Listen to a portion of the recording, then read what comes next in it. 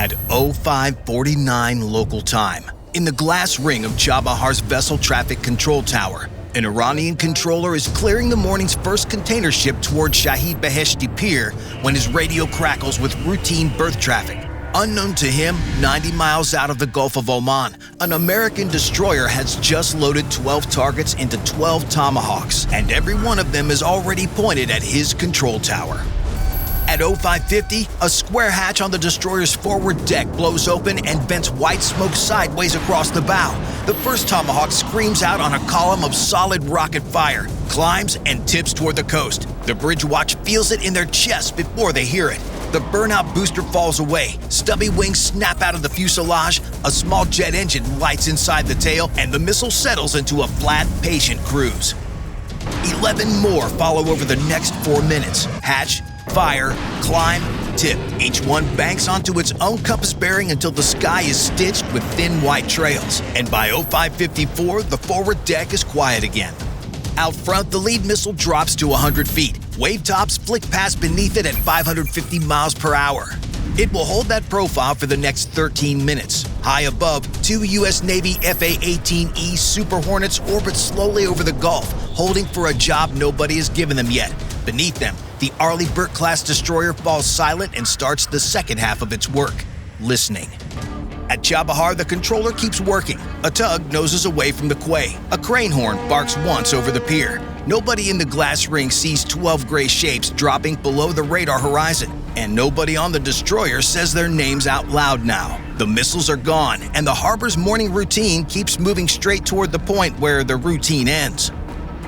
If you look here at the BGM-109E Tomahawk Block IV, you're seeing a 3,500-pound Navy cruise missile built to put a 1,000-pound warhead through a specific aim point from roughly 1,000 miles away, about the distance of New York to Miami. It cruises around at 550 miles per hour, fast enough to cover Washington to Philadelphia in about 15 minutes, and it can be retasked after launch through a satellite datalink. The violence at launch comes from the Mk-106 booster, a solid rocket burning for 12 seconds at 6,000 pounds of thrust. Its only job is to punch the missile clear of the launch cell before any neighboring hatch opens. Behind it, the Williams F-107 turbofan takes over and keeps the weapon skimming through sea clutter for the long run inland. 11 of the 12 fly a fixed script of waypoints between here and Chabahar. The 12th flies a lazy racetrack over open water a few miles off the coast and waits. What it's waiting for hasn't happened yet. One by one, the 12 slide over the curve of the Earth and off the destroyer's radar picture. The next radar that sees them belongs to Iran. If you look here, just behind the warhead, you'll see a shoebox-sized unit, the navigation package, an inertial measurement unit with a GPS antenna on its back. The inertial system counts every turn and every push from the moment of launch and works out where it must be now. If left alone, that guess drifts by a nautical mile every hour. GPS wipes the drift away with a fresh position fix every second, all the way across the Gulf, like a road tripper counting turns and miles in his head while his passenger calls out every highway sign the moment it passes. And behind a small window in the nose rides one more sensor, still asleep. It carries a single photograph. For the next several minutes, nothing on either side can see these missiles. Then the coast starts looking back. East of the harbor, the crew of an Iranian Mersad air defense battery is finishing the night shift. Professionals, 3 years of drone war behind them, coffee still warm. Their kibosh search radar has swept clean all shift. 05:56, the first blip lands on the kibosh's sweep, not at 90 miles, but at 24. Then a second blip, a third, and the crew is out of their chairs before the third sweep finishes painting. If you look here at the kibosh radar antenna turning on its mast, you'll see eyes that can catch a fighter at 90 miles, roughly New York City to Philadelphia. Against a missile hugging the sea, the Earth itself does the hiding. With that antenna 50 feet up, the target only breaks the horizon at 24 miles. At Tomahawk speed, that's 160 seconds from first blip to overhead. The whole fight has to fit inside a pop song. Track, lock, twin launch inside a minute. Each booster slams a wall of pressure across the pad, rocking the control cabin. 12 miles off the coast, the lead Shalamcheh missile tears Tomahawk number 4 out of the air. The pieces don't even make a splash. You'll see the Shalamcheh missiles on their triple launcher rails, the second pair already slewing east. Shalamcheh is Iran's upgraded Mersad interceptor and a rebuilt descendant of the American MIM-23 Hawk. Each roughly 1,400-pound missile screams at about Mach 3 to roughly 25 miles with a 120-pound fragmentation warhead behind a proximity fuse. It carries no radar of its own. Kavash gives the bearing. The illuminator paints the target, and the seeker follows the reflected beam like a cat chasing a laser pointer. When that beam stops, the missile goes deaf. Then the crew slews the illuminator toward the next Tomahawk, and it hits the wall their own hardware builds. Semi-active homing means the radar can only guide one missile at a time. Drop the lock, rebuild it, fire, guide, repeat. Call it 40 seconds a shot. 1 flashlight, 11 mice, 3 different exits. The horizon math allows 3 shots before the first survivor is overhead. And the mice aren't scattering at random. Locks that never finish building. Contacts crossing the edge of the illuminator's arc faster than the mount can chase them. Somebody mapped this battery before a single hatch opened. Watch the surviving Tomahawks bank onto their final bearings and you'll see the shape of that map. 3 approach corridors, 35 degrees apart. 1 off the open Gulf, 1 due south, 1 hooking southwest at Konarak, carrying 4, and 3 missiles at launch. Their routes are stretched so each wave of impacts lands inside its own 90-second slot, rolling up the target list. That illumination antenna slews 45 degrees to either side before the whole mount has to physically swing around. The battery defends a single wedge of sky. The salvo put 3 or 4 missiles in that wedge while the rest arrive down bearings the mount can't swing to in time. The planners didn't fire a line at this port, they fired a net. So a second battery down the jetty, bigger radar, faster missile, makes the choice. Let the arrows go and wakes up hunting the archers. At 05:59, the 2 Super Hornets over the Gulf get the warning tone. Something big just started painting them, and it isn't the Mersad still fighting mice. It's a different radar on the jetty, and it isn't hunting Tomahawks at all. It's looking for the men who sent them. If you look here at the flat, slab-faced antenna on the jetty, no dish, no spinning, that's the AGM 804. The X-band phased array face of Iran's Khordad 15 air defense system. Instead of a motor turning metal, thousands of small emitters shift their timing to steer the beam electronically. It jumps from target to target in milliseconds. It spots a fighter-sized target at about 93 miles, guides engagements out to 75, and watches several targets at once without ever pausing the scan. A spotlight is one guard turning his head. A phased array is a wall of guards who never turn their heads. Every one of them is already looking at you. The beam settles on the lead Hornet. Beneath that radar sit 4 launch canisters angled at the sky, holding a missile America designed first. One of those canisters fires. A Ziyad-3 screams out on a spike of flame, tips over, and tears supersonic toward the lead Hornet. It recalculates its intercept course every fraction of a second. That canister held the Ziyad-3, Iran's long-range interceptor for the Khordad 15 system. It is a roughly 2,200-pound class surface-to-air missile descended from the RIM-66 Standard missile, the US Navy fleet defense weapon Iran rebuilt and pointed back at Navy pilots. It runs past Mach 4, carries a 440-pound fragmentation warhead, reaches beyond 70 miles, and can climb to nearly 89,000 feet. But it inherited its parents' hard rule. The guiding radar cannot blink, and the lead Hornet is about to give it a reason to. The lead Hornet rolls, and an AGM-88 HARM, a high-speed anti-radiation missile, screams off the wing rail and accelerates past Mach 2. The jet bumps up as the weight of the HARM leaves the wing. If you look here at the slim white shape accelerating away from the jet, fixed fins, no camera window, no radar dish. That's the AGM-88C, an 800-pound anti-radiation missile with a 146-pound blast fragmentation warhead, Mach 2 plus speed, and more than 30 miles of reach from this shot. It transmits nothing. Antennas under the nose hear enemy radar pulses arrive billionths of a second apart. Compare the AGM 804's fingerprint against a threat library and steer toward the transmitter. It doesn't look at you. It homes in on the sound of your own voice. 2 missiles are now crossing in mid-air, the Ziyad-3 climbing at the Hornet, the HARM diving at the radar that guides it. Both depend on the same single transmitter. Whoever owns the next 4 seconds owns both outcomes. 100 yards down the jetty, a Ghader launch crew is making the oldest call in coastal artillery. No orders coming through. Impacts walking up the waterfront toward them. They can't stop what's coming. but they know exactly which patch of ocean it came from, and their missile can reach it. At 0601, they compute a bearing straight down the Tomahawk's inbound tracks and empty the launcher. 2 rounds off the truck, out over the swells. The destroyer that fired the opening shot of this morning just became a target itself. Back at the phased array, the battery's crew chief watches the incoming harm and runs the only math that matters: keep guiding, and his Sayyad probably takes the Hornet, and the harm certainly takes him and everyone in the cabin. So he makes the correct, brutal call, the one his doctrine wrote for this exact moment: shut the transmitter down.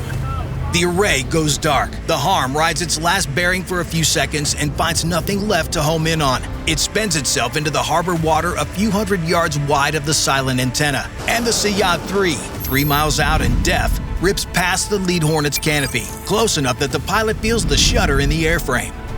Look at that dark, silent array. Because of the last 4 seconds all came out of it. A harm carries no map coordinate of its target. When the emissions stop, the seeker holds a bearing that goes more stale every second, smearing the radar into a few hundred yards of empty jetty and water. The same silence starved the Sayyad 3. It's semi-active, remember? And the light it was homing in on just went out. It flew its last 3 miles unguided, straight to the point where the Hornet used to be. A Hornet crossing at 500 knots in a hard descending turn moves hundreds of yards in those seconds. The crew chief traded his shot to keep his radar. The pilot's geometry handed the missile a math problem with no solution. Both American pilots are alive. The jetty's 2 radars are still standing, and 1 American missile has been flying circles over the Gulf, waiting for exactly this stalemate. Silence protects the crew chief's radar, but it also turns the array into furniture. To guide the next Sayyad 3, the Najm 804 has to talk. He knows what the drone war taught every Iranian radar crew about transmitters that stay lit too long. At 0607, he brings the array back up anyway. 60 seconds later, the 12th Tomahawk breaks out of its racetrack and buries itself in the radar position on the jetty. Nobody at that battery ever saw the order that sent it. If you look here at that 12th Tomahawk, back when it was still carving its racetrack over the water, you'll notice it's the Block IV, the version built to change its mind. It carries a 2-way satellite data link, a thin channel of a few kilobits per second, enough to receive fresh coordinates and send back a health report. It has the fuel to loiter for 2 hours, waiting for someone to just give it a reason. The chain that closed ran in under a minute. The moment the Najm 804 came back up, receivers on the Hornets and the destroyer compared bearings and arrival times. They nailed its position in seconds. The strike cell pushed that coordinate up through the satellite. The loitering missile loaded the new waypoint and committed. A radar that needs tens of seconds transmitting to guide its own missile gave away its address in the first 2. But the 2 missiles that left the jetty at 0601 don't need orders anymore, and they've spent every one of these minutes skimming toward the destroyer. If you look here at the box launchers on the truck bed, angled out to sea, that's the Ghader, Iran's stretched anti-ship cruise missile developed from the Noor, which traces back to the Chinese Charlie 802. Each roughly 1,600-pound missile uses a solid booster to punch off the truck before a small turbojet takes over. It cruises just under the speed of sound, around 650 miles per hour, carries a 440-pound semi-armor-piercing warhead, and claims about 124 miles of reach. And none of those numbers is the dangerous part. The danger is the low profile. About 25 miles out, the missile drops to 10 feet over the swells. Around 12, its own radar seeker wakes up and hunts the biggest radar return on the water. The destroyer's radar mast stands 65 feet above the sea. A target 10 feet over the water breaks that horizon at 16 miles, which at Ghader speed is 88 seconds from first sight to impact. Subtract 8 to 10 seconds for the combat system to swear the contact is a sea skimmer and not wave clutter. The ship has under 80 seconds to shoot, fly out, and intercept before a delayed fuse lets that warhead bore through the hull plate and detonate inside a machinery space. This is a knife slid across the floor under the furniture. At 0604, the next Tomahawk on the target list erases the launch truck. 3 minutes too late. The 2 Ghaders it fired are already skimming toward the destroyer. Hugging the wave tops is one way to come at a warship. Iran's second missile is neither. 0606. From a dispersed site inland, a 4.5-ton missile punches upright and claws into the morning on a hard white plume. That launch signature belongs to the Zolfaghar-e Basir. And it's not a cruise missile. It's an anti-ship ballistic missile, which means it climbs high first and then falls onto the ship from the edge of the sky. The Fatah family weapon uses a single-stage solid rocket, reaches about 435 miles, and carries roughly 1,000 to 1,300 pounds of warhead. In the terminal dive, it can come down past Mach 4 while an electro-optical seeker opens its eye in the final seconds and matches the ship's shape against the water. The teeth of this launch are in the clock. The crew timed it behind the slower Ghaders on purpose, so all three missiles arrive at the destroyer inside the same 60-second window. Two threats under the radar horizon, one dropping from far above it, one punch at the ribs and one at the jaw, thrown so they land together. Three weapons converging on 1 minute of ocean, and two of them the destroyer's own radar has never laid a beam on. In the destroyer's Combat Information Center, the crew has already worked out the firing order, and it's arithmetic, not instinct. A solid fuel ballistic and arc is gravity and drag, so the computers solved the Zolfaghar's intercept before the warhead tipped over, a gap 15 seconds wide, 25 miles up. The Ghaders are the mirror problem. They stay invisible until the horizon, but once they appear, the ship's interceptors can cover that distance in about 20 seconds. Take the ships in the wrong order, and the ship is stuck chasing skimmers while half a ton of warhead drops through untouched. Sequence them right, and an attack built to overwhelm the ship becomes 3 problems in a row. At 0608, a cell on the forward deck blows open, and the first SM-6 screams upward hard enough to rattle the deck plates. Seconds later, the SM-6 tears the falling Zolfaghar's warhead apart, a smear of fragments where a ton of trouble used to be. No other Navy on Earth makes that catch, and this crew makes it look like a normal Tuesday. If you look here, at that grid of square hatches ahead of the bridge, that's where the answer came from, and where the next are about to. The SM-6 is the Navy's long-range interceptor with its own active radar seeker in the nose, descended from the AMRAAM air-to-air missile. It flies in the Mach 3.5 class, reaches past 150 miles, farther than Philadelphia to Washington, and carries a 140-pound fragmentation warhead. What it doesn't need is the ship's radar. 0609. 2 more SM-6s scream out of the vertical launch cells, aimed at a patch of scope that shows nothing at all. They meet the Ghaders seconds after the pair crest the horizon and hammer both missiles into the sea. The last splash lands at 0610, and the 60-second window Iran built has produced exactly nothing. Only then does the trick become obvious. The Hornets overhead held radar tracks on both Ghaders the whole way in, minutes of orbiting with their radars blasting over a coastline that put a Sayyad-3 past a canopy minutes ago. Every sweep an invitation. They had the fuel and clearance to slide out to sea. They stayed because the destroyer couldn't see under its own horizon, and they could. Their tracks fed straight to the ship's combat system via Link 16. Each SM-6 used that outside track for the long reach. Then its active radar seeker took over in the terminal seconds, shouting into the sea clutter and listening for the Ghaders' echo. The Navy calls that launch on remote, and it's the whole point of a networked American fleet. Any sensor, any shooter, one American picture. Your friend points you toward a door frame in a dark room. Your hand finds the last inch. If you look here at the A-18E Super Hornets still turning circles over that coastline, that's the airplane that made the whole thing work, and it never fired a shot at the Ghaders. It's a twin-engine strike fighter, roughly 60 feet of jet at about 32,000 pounds empty, fast enough to run past Mach 0.8, and built to haul better than 8 tons of fuel and ordnance across 11 hardpoints. The part that mattered this morning is the APG-79 radar in the nose that you see here. An electronically scanned array that maps the sea, holds a wave-skimming missile in its beam, and hands that track to a ship over the datalink without ever pausing to look away. That's the whole trick. The destroyer had the missiles, the Hornet had the eyes, and 2 pilots kept those eyes lit over a coast that had already thrown a Sayyad-3 past one of their canopies. 8 minutes of painting themselves for anyone still listening, so a warship 90 miles back could shoot at something it would never see. The taxpayer bought a lot of expensive hardware that morning. The bravest thing in the sky was a decision. Between 0608 and 0610, the Pierce shots have been landing, the gun emplacements at the naval end of the Shaheed Bashetti, the missile bunkers behind the Shaheed Kalantari, and the Mersad battery east of the harbor, still slewing its illuminator when its grid square came up. Fountains of concrete climb over the military corners of the waterfront and nowhere else. Strike planners call it time on target. Every blow on one choreographed clock, and that clock has one tick left. One missile left, and it isn't aimed at the tower. It's aimed at a photograph of the tower, and the difference comes down to feet. The controller from 0549 cleared the building minutes ago. On the far shore, a camera is already rolling. At 0612, 23 minutes after the destroyer bow came into the wind, the last Tomahawk punches through the glass ring of the Chabahar's vessel traffic control tower and detonates inside it. It's the exact frame the world will watch on repeat by lunchtime. The smoke column hangs over the harbor in full morning light, and the container cranes at Shaheed Bashetti sit untouched against it, already waiting for the next ship. The harbor Iran built to survive a closed Strait of Hormuz still works, and everyone who uses it now knows it works only because Washington chose to leave it working. So the next move belongs to Tehran.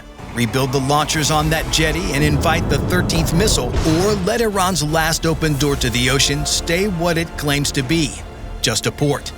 If you enjoyed this video, then watch what the US Navy did to Iranian Revolutionary Guard attack boats in a single day at the Strait of Hormuz.